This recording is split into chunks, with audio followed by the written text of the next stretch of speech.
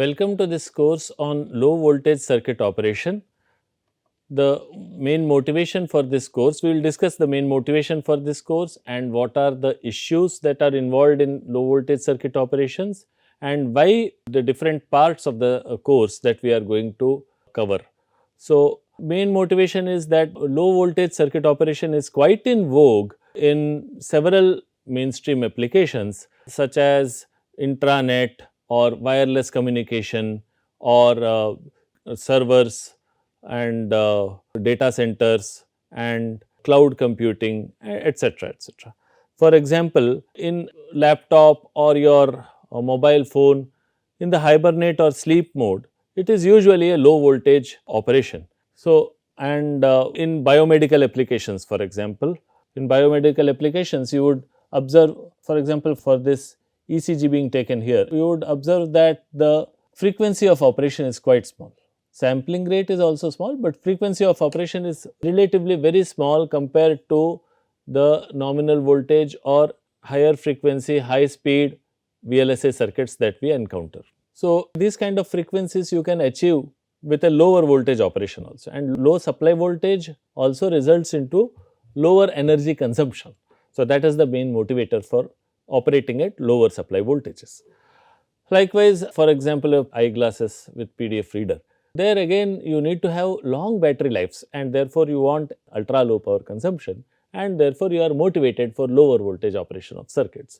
Likewise, for smart watches or such body area network circuits, you would observe that the battery life should be quite large, or maybe the energy supply or electricity generation is local through maybe vibrations. So, therefore, there you require a very low voltage operation or ultra low power consumption. So, the question then would arise is how small a voltage that we can operate the circuits on. Is there some appropriately small voltage at which we should operate the circuits? So, if we define delay as for a given stage of a circuit, for example, for this inverter chain, this is an inverter, if we define the delay as the signal crossing a certain threshold at both the input and output terminals of the circuit stage, then the clock frequency would depend on the delay, the critical path delay, so to say. So, the clock frequency or clock time period would be almost proportional to delay. So, here we will discuss what is the relationship between delays and energy. So, here we observe that as you go down from the nominal voltage, the clock frequency almost reduces linearly or time period almost increases linearly. As you go into the near really subthreshold regime, that is much below the threshold voltage, the supply voltage is now smaller than the threshold voltage, you observe that the delays increase exponentially. And in between the delays increase quite significantly. When the supply voltage is very close to the threshold voltage, the delays increase quite significantly. That is what you observe. And what happens to the power consumption? So, power consumption, as you might have seen in the previous courses, is that the power consumption has two components. One is dynamic, one is leakage power consumption. We will discuss this in detail later.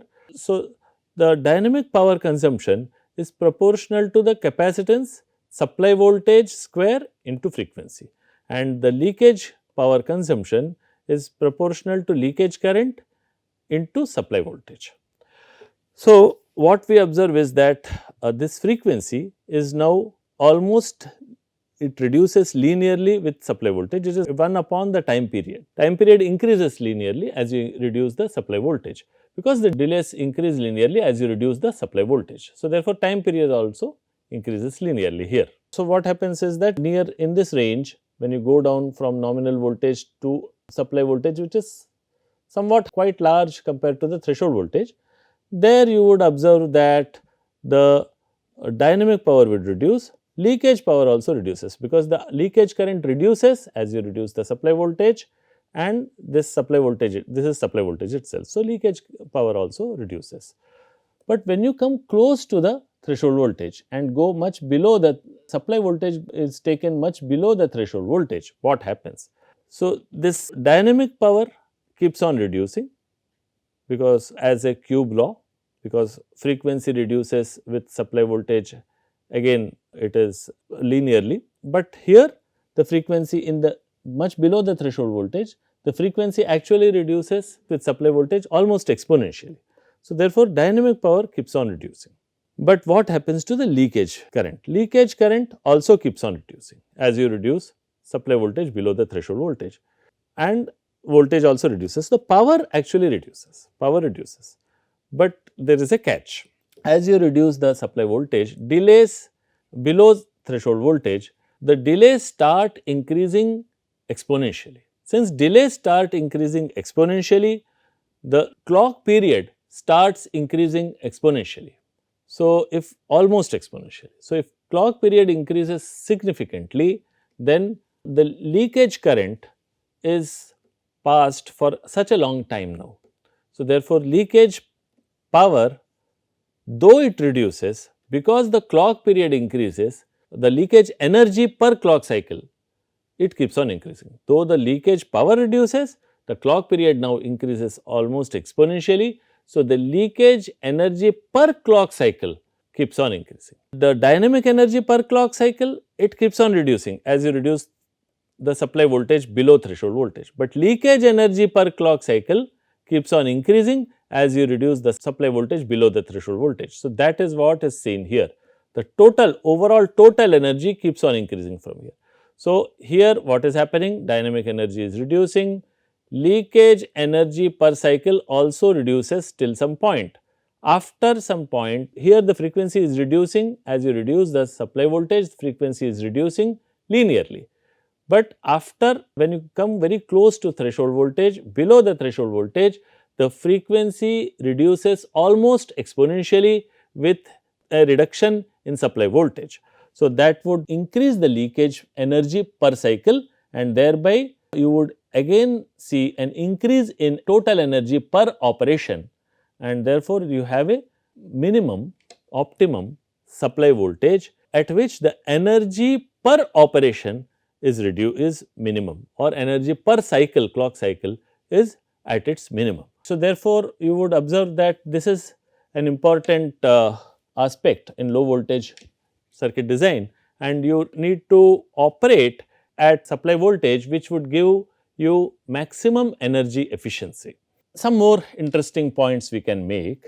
Here you would observe that the delay, when you reduce the supply voltage from nominal voltage till this somewhat close to the threshold voltage, when you reduce the supply voltage here, you observe that the delay increases almost 10 times, or clock frequency reduces by an order of magnitude.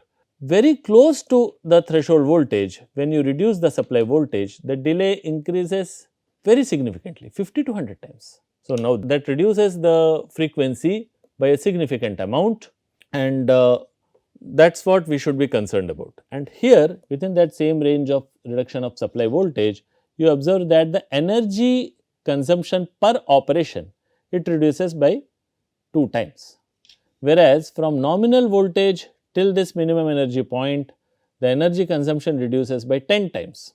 So, in this small range of supply voltages, you observe that the energy efficiency does not increase much, but you can change in delays or change in clock frequency is significant.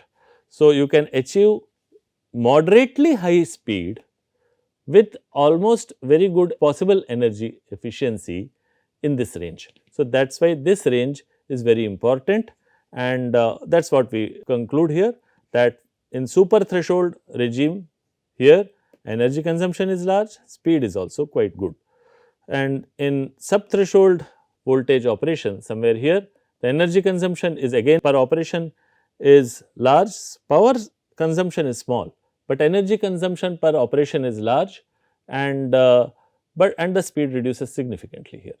The delays are quite large. Here you have moderately good delays. So, near threshold you have moderately good delays, and energy efficiency is the best. So, that is what the authors of this paper also observe for a Pentium processor that they design and operate at near threshold voltages. So, this Pentium processor, they operate at different supply voltages, and in subthreshold operation they observe that the energy efficiency is the lowest. So, how do they look at energy efficiency? As million instructions per second per watt.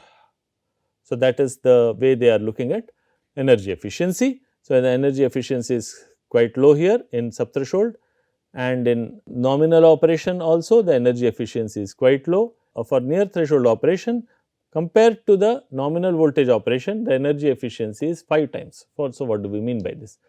So, for subthreshold operation, which is a small supply voltage 280 millivolts, you observe that the clock frequency is quite small, power consumption is very small, but the million instructions per second per watt is also quite small. That is because the clock frequency is very small. As you increase the supply voltage and come close to threshold voltage, the supply voltage is 450 millivolts, which is close to threshold voltage here. The frequency is quite improved, clock frequency is quite improved, but the power is also increased, and as you go to nominal voltage which is 1.2 volts, the frequency is significantly increased. Again, power consumption also increases by several orders of magnitude, as you can see here. So, therefore, the energy efficiency is low again. So, here best energy efficiency is obtained here, though the frequency is moderately okay, it is not, it is very small compared to nominal voltage, but the power consumption is also very small compared to nominal voltage. So, the energy efficiency is maximum here. So, this is an interesting range of supply voltage which gives us a good energy efficiency, and this is what is a motivator for low voltage circuit operation for ultra low power consuming circuits, and there are several applications of these as we had discussed just now. So, the main motivator is low power consumption, high energy efficiency, not only low power consumption, and a reasonable speed. The speed should also be reasonable. These are not for very high speed applications, but for a reasonable speed. So, what are the challenges? The challenges are variations in circuit performance because of the small headroom, small voltage headroom. We observe that variations in circuit performances are very important, and subthreshold leakage, yes, what does it lead to? The subthreshold leakage can result in high leakage energy per cycle.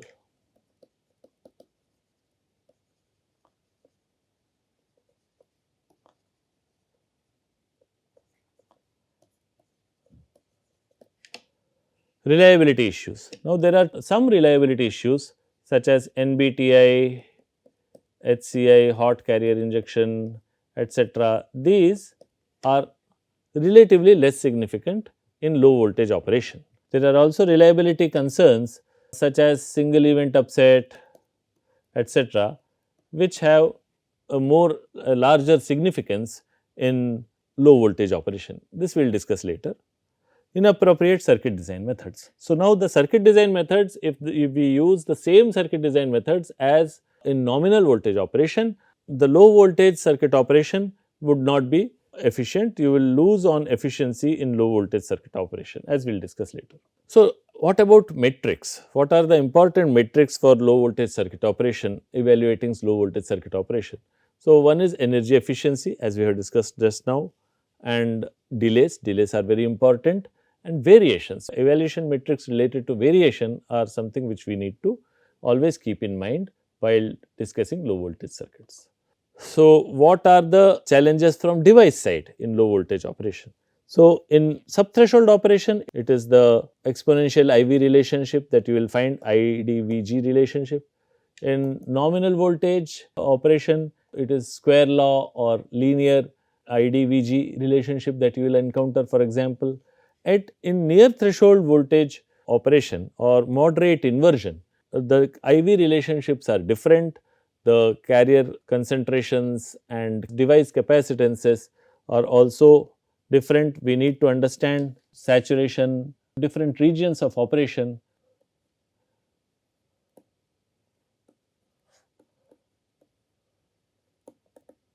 So, in this we need to also understand the capacitances, device capacitances, So, these two aspects we need to understand for moderate inversion. So, this is what we will discuss in the initial part of the course. Then we need to understand variations in circuit performance. This is for nominal voltage operation. The authors have measured the same circuit for nominal voltage operation and in near threshold voltage operation. For nominal voltage operation, this is the distribution, and for near threshold operation, the distribution of frequencies, that is delays, is quite spread out. The same circuit, the same design, while measuring for different samples, you observe that the distribution of frequencies or critical path delays, so to say, is quite spread out in near threshold voltage operation. This 320 millivolts is supply voltage, and here the supply voltage is 1.2 volts. So, this is something which we need to understand, and how to deal with this. How is the variation and how to deal with variation? These two aspects we need to understand. Likewise, systematic variations. For example, you look at variation in performance with temperature. So, you observe that with temperature at nominal voltage, the change in frequency or critical path delays is just about plus minus 5%. Whereas, in near threshold voltages, this 320 millivolt supply voltage, you observe that change in the frequency is quite significant. So, it is around, the change in frequency is more than 2 times. That is what you observe from 0 degrees to 110 degrees. So, the variation in performance, both systematic as well as random variations, both have a very large impact in low voltage operation.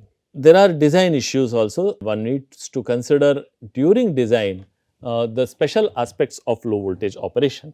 For example, for different technology nodes, the authors here, they observe that the leakage component is quite small. The component of leakage energy consumption per cycle is quite small, whereas the component of leakage power is about 50% when you go to lower voltages, when you operate at lower voltages. So, that is a big challenge, because you need to understand, we need to consider that leakage energy is now the major consumption, though the overall power is smaller, but the leakage part of the power is quite significantly large, and leakage currents, they change exponentially with the terminal voltages, especially the gate voltage. So, therefore, the variability is also, and with threshold voltage also, leakage currents, they change almost exponentially. So, now with random variability plays a larger role in overall energy consumption because of low voltage operation. That is one challenge. The other thing is, for example, here the authors, they use two different standard cell libraries. One is designed considering low voltage operation. So, it is designed appropriately for low voltage operation. So, when they use that in measurements for different samples of the processor, they find that the distribution in critical path delay or frequency of operation is relatively small. Now, in this case, in this black dashed line case, they find that they are using standard cell library which is designed for nominal voltage operation, and using that standard cell library, they find that the distribution in critical path delays or operating frequency is quite spread out. So, therefore, appropriately designed circuits are also needed.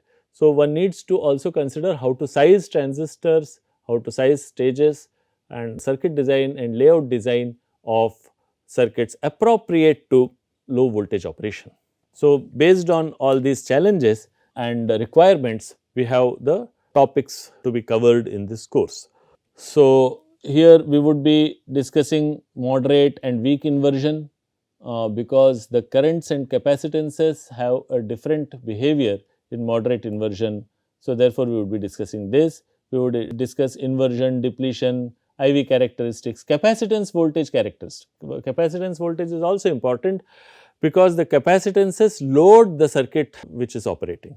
So, we need to understand capacitances also, and short channel effects, because low voltage operation is gives best performance with scaled technologies. That is what has been observed. So, therefore, short channel effects are important, and then FinFETs FDSOI we can understand if we understand FinFET to an extent. So, therefore, and FinFETs are now in operation. FDSOI and FinFET are being used quite in mainstream these days. So, therefore, we will discuss FinFET IV, CV in moderate inversion, weak inversion and device capacitances. Then we move to digital circuits. So, here we will discuss transistor sizing for combinational and sequential circuits, and also warning circuits. If the circuit is failing because of variation, then there is a warning to remedy the situation. So, how those warning circuits are designed, and then we will also discuss variations, their impact and how they can be mitigated. Then we will discuss memory design, because data storage in sleep mode, hibernate mode is a very important thing, and also memory design for low voltage operation is important. So, we will discuss memory design, memory reliability, noise margins and also dynamic circuits. And we will discuss level shifters, because there could be multiple voltage domains in near threshold circuits or low voltage circuits, and also resilient circuits. What are these resilient circuits? There could be circuit failure because of variability. So, if it is in situ automatically or in situ rectified, these kind of resilient circuits we will also discuss in this course. So, we have today discussed the motivation for low voltage operation, why for ultra low power circuits low voltage operation is important from low power operation point of view and energy efficiency point of view. So, to increase energy efficiency, you need to operate the circuits mostly near threshold, that is what we have discussed. Then we discussed that there are challenges in near threshold operation, which are related to device operation in moderate inversion, understanding device operation in moderate inversion, variability, appropriately designing circuits, and we also discussed the course structure. So, thank you for this first lecture of the course, low voltage circuit operation.